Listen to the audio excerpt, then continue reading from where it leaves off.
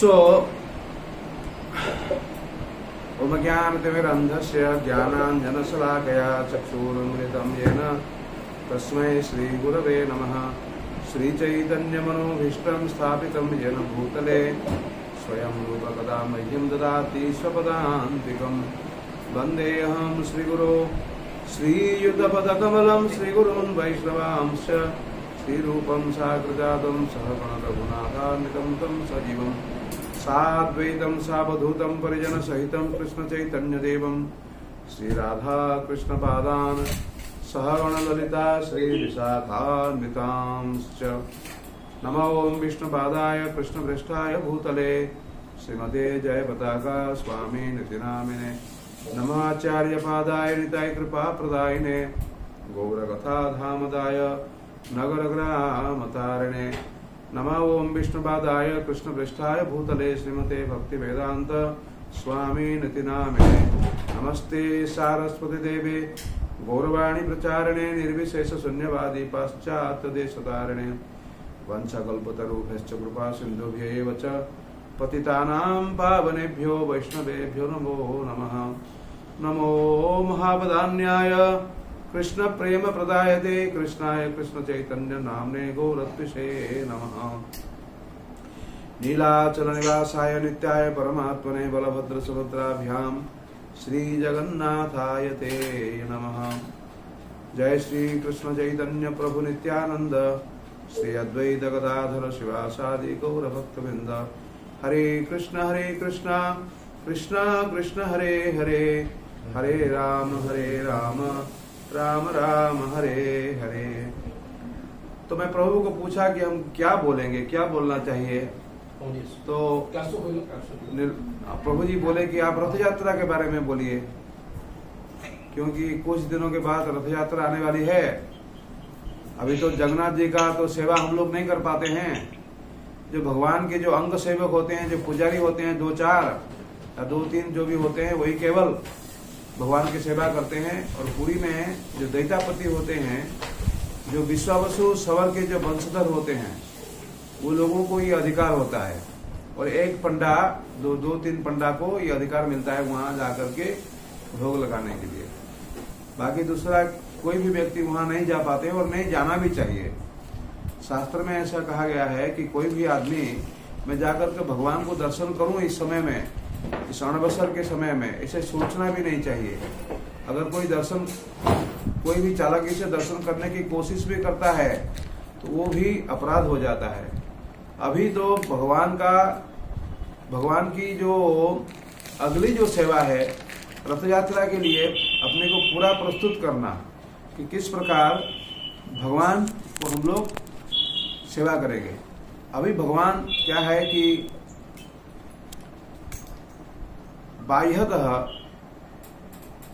Logistic जो regions हैं, ये रीजन क्या है कि भगवान को ये 15 दिन जो होता है इसमें श्रृंगार किया जाता है। भगवान को पूरा वो श्रृंगार का तरीका होता है और पूरा तरीका, पहला दिन क्या करना चाहिए, सेकंड दिन क्या करना चाहिए, फर्स्ट डे क्या करना चाहिए, तो ऐसे ये रहता है। और लास्ट 3 डेज जो है, लास्ट 3 डेज भगवान को पेंटिंग करते हैं, श्रृंगार किया जाता है, रंग चढ़ाते हैं। इसके पहले बहुत सारे काम है, ये शास्त्र में वर्णन किया गया है। वामदेव संहिता में इसको नीलाद्रि महोदय भी कहते हैं। इसके बारे में इसका डिटेल चर्चा है, उसमें हम नहीं जाएंगे। अभी हम लोगों को क्या करना है कि रथ यात्रा कैसे करना चाहिए, इसका नॉलेज हमको ब्रह्मा जी से लेना पड़ेगा। इंद्रदम्न महाराज ब्रह्मा जी को पूछते हैं, इंद्रदम्न वाच, मैं उसी संहिता से आपको पढ़ करके सुनाऊंगा।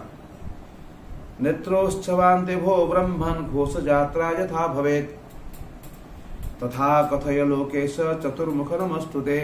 बोलते हैं कि हे ब्रह्मा जी आपको प्रणाम। ये जो लास्ट डे में जिस दिन भगवान का रथ यात्रा होता है उसके एक दिन पहले भगवान का नेत्रोत्सव होता है या भगवान का नेत्रोन्मिलन होता है। मंत्रों के माध्यम से उनका नेत्रोन्मिलन होता है।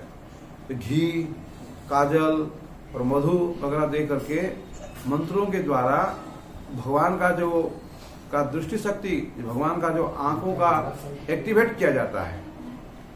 भगवान स्वयं वेद को एक्टिवेट करते हैं और वेद मंत्रों के द्वारा भगवान के आंखों, भगवान के अंग प्रत्यंगों को भी एक्टिवेट किया जाता है।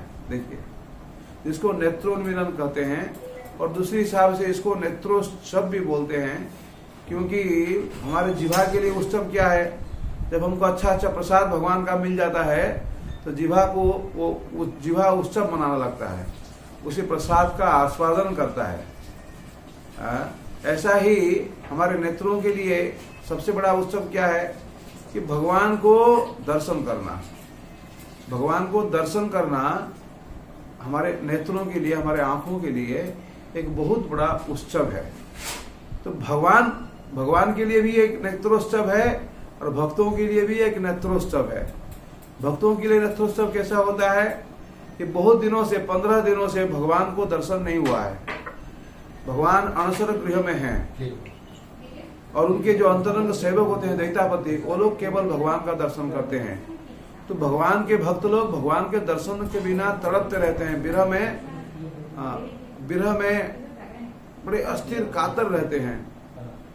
चैतन्य महाप्रभु तो भगवान का दर्शन नहीं मिलने की वजह से उन्होंने पुरी छोड़ करके अलारनाथ चले जाते थे और भगवान के विरह में बिल्कुल प्रेमाविष्ट होकर के वो मूर्छित हो जाते थे और मूर्छित होकर के एक पत्थर में भगवान ने लेट गए।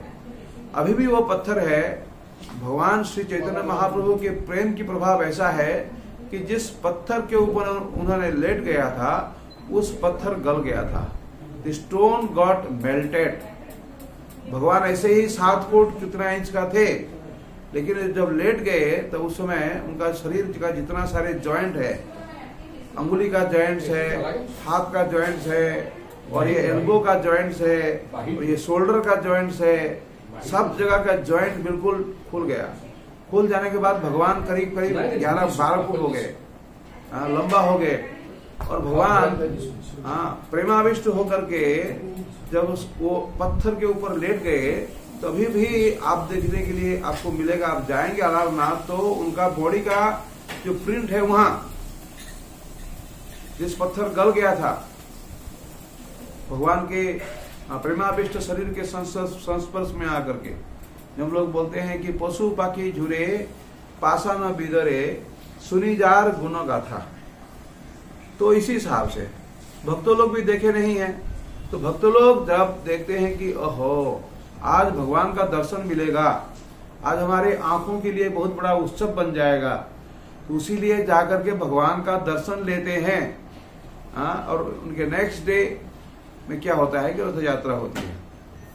तो भक्तों के लिए, भक्तों की आंखों के लिए एक उत्सव है और भगवान के लिए भी एक बहुत बड़ा उत्सव है, क्योंकि भक्त लोग जैसे भगवान को दर्शन करने के लिए तरसते रहते हैं वैसे ही भगवान भी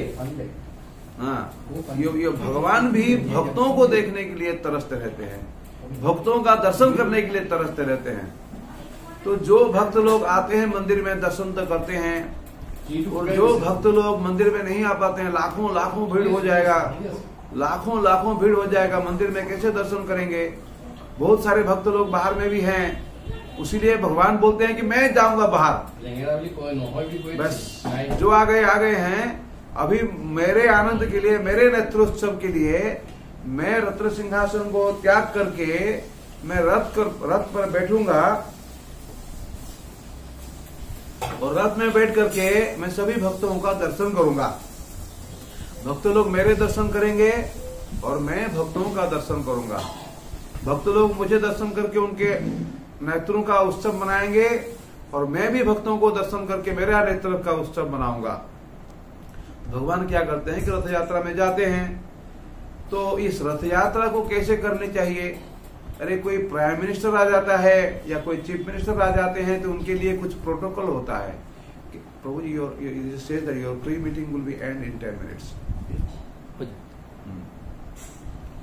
तो बात ऐसा है कि कैसे ही होगा, भगवान का प्रोटोकॉल कैसा होनी चाहिए। प्रभु जी